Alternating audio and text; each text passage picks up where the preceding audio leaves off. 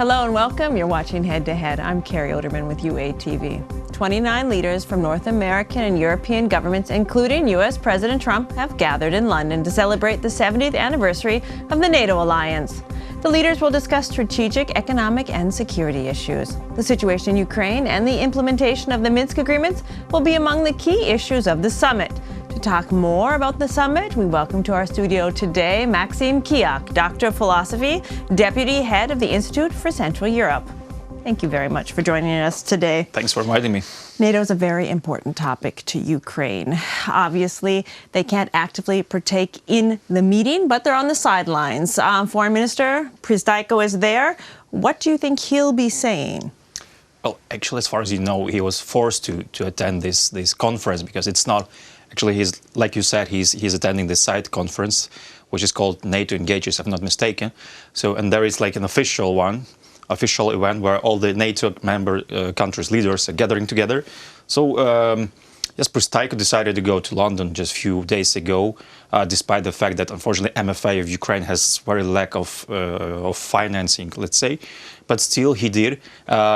Due to the pressure of the civil society, of the journalists, he was forced to go to London. What he will be saying, I don't know. Probably he will say like the things which will be, could be noticed like during several years already. That Ukraine is defending eastern flank and so on. That you have to pay more attention to Ukraine and so on. So don't give up with Ukraine and so on. So yeah, we have to understand that NATO now is in very uncertain. It's under very uncertain circumstances, just like the whole world, just all the countries. So this, together with the Russian aggression, NATO is also facing cyber attack or cyber threats, hybrid threats, the rise of China, and so on and so forth. So Ukraine, unfortunately, is not the only case for NATO. Still, it's a very important one. Okay, so Ukraine is repeating what they've been repeating in the past, but some new things have recently come into the news from Macron and President Trump. They are continuing to save NATO, the one side, President Trump said. We do have some footage from a joint press conference. Let's take a look at what Trump and Stoltenberg had to say. We are making real progress, most importantly on burden sharing. And your leadership on defense spending is having a real impact. Since 2016, Canada and European allies have added 130 billion more to their defense budgets, and this number will increase to 400 billion US dollars by 2024. This is unprecedented. This is making NATO stronger, and it shows that this alliance is adapting, responding when the world is changing. And I heard that President Macron said NATO is brain dead. I think that's very insulting to a lot of different forces, including a man that does a very good job in running NATO. Now, it has a great purpose, especially with the fact that NATO is becoming much more flexible in terms of what it looks at. But I was very surprised. What do you think France's Emmanuel Macron meant when he said NATO was brain dead? Was he talking about strategic vision?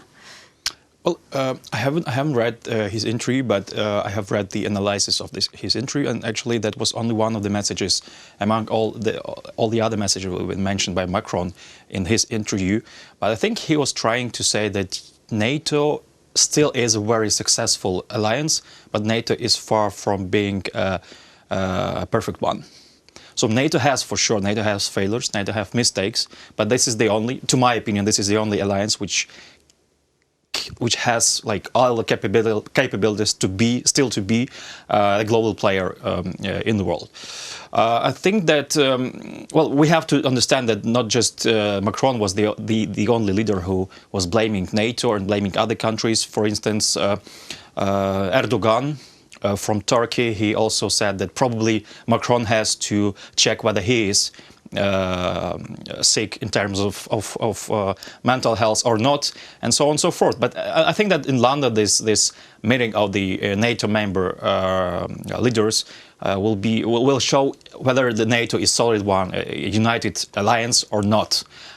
This has to be one of the core messages which will be set or spread by the NATO leaders. Is NATO still a solid, strong alliance or not? If not, this will be a great present for the Russian President Putin, for the Kremlin. Let's talk a little bit about that. You don't have to be too keen of an observer to realize that people that Putin has recently been having closer ties with have come out against NATO. The French reset with Russia that Macron is a big fan of. Russian and Turkish ties are becoming closer, and coincidentally, these leaders are critical of NATO. Is Putin really trying to influence in the background?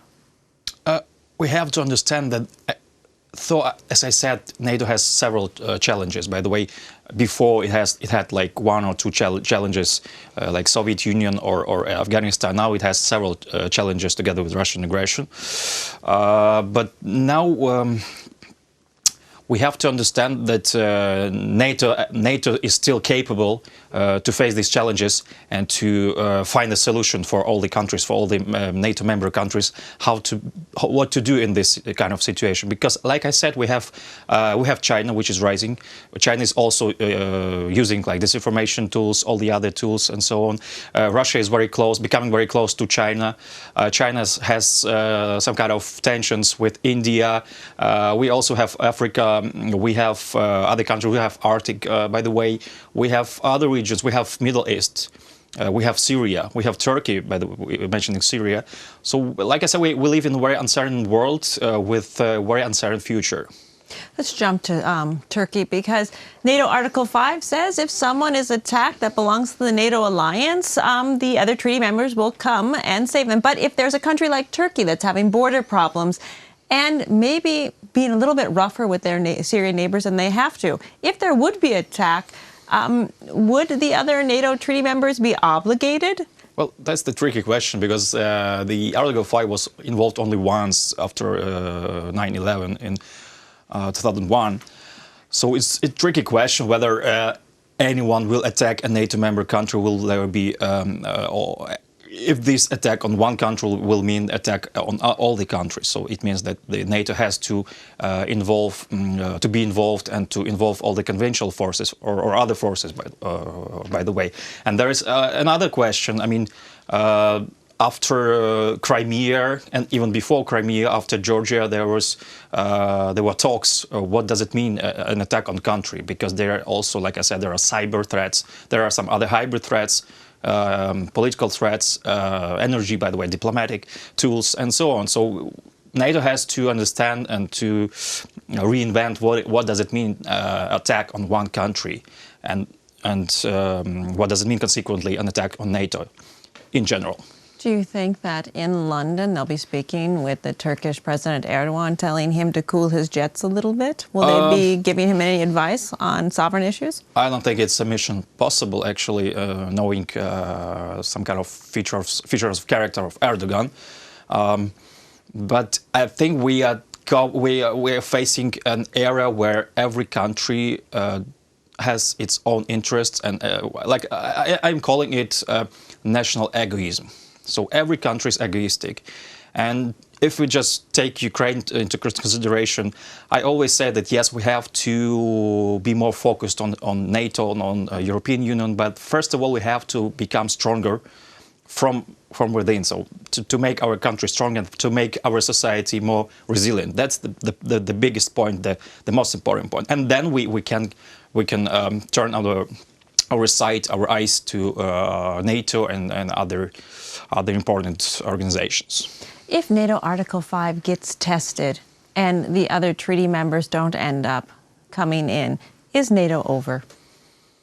That will be a very bad day for NATO, I would say. It'll be a bad day for NATO, but could it be a good day for Ukraine in terms of they've been kept out of this club because it was more than likely that they'd have to jump to Ukraine's defense? If they weaken the relevance of Article 5, is Ukraine's chance of being welcomed into the alliance maybe higher? Hard to say, actually. I mean, it's hard. Would Ukraine want to be in the alliance? Of course, and like after annexation of Crimea and Donbass, the level of support of NATO in Ukrainian society has raised a lot, and we'll see. I don't know. Probably in 10 years, probably in 15 years, 20, I don't know, Ukraine has a very good perspective to become a NATO, but who knows what will be with Europe and with NATO after that time.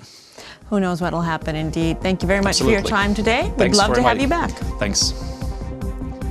That was Maksym Kyiak, Doctor of Philosophy, Deputy Head of the Institute for Central Europe. Thank you for watching, and stay tuned for more with UATV.